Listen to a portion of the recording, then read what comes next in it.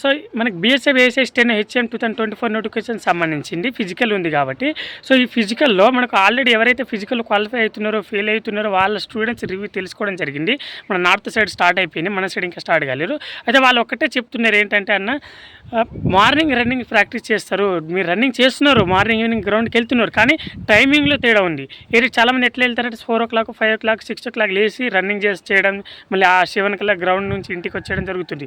అలా కాకుండా మీరు 7 o'clock 8 o'clock 9 10 o'clock రన్నింగ్ చేయడం ఒకసారి చేసి చూడండి. అలా చేయడం వల్ల ఏమవుతుందంటే అక్కడ కూడా మనకు రన్నింగ్ అదే టైమే వస్తుంది. ఎందుకంటే వాళ్ళు 6 o'clock గేట్ ఎంట్రీ అవుతుందంట, దాని తర్వాత బ్యాచ్ క్రియేట్ చేసి చెస్ట్ నెంబర్లు ఇచ్చి హైట్ వెయిట్ చెక్ చేసి మన చెస్ట్ చెక్ చేసేసరికి అప్పటికే 7 అయిపోతుందంట. సో 7 o'clock తర్వాత రన్నింగ్ స్టార్ట్ చేస్తుంటే నీ బ్యాచ్ వచ్చేసరికి 10 అవుతుంది. అందుకే నేను చెప్పేసి ఎవరైతే రన్నింగ్ ప్రాక్టీస్ చేస్తున్నారో ఎండలో ప్రాక్టీస్ చేయండి దయచేసి. వాళ్ళు ఒకటే అదే చెప్తున్నారు, లేకపోతే ఫెయిల్ అయ్యే ఛాన్సెస్ ఉన్నాయి అని చెప్పేసి చెప్తున్నారు. ఓకేనా, ఆల్ ద బెస్ట్.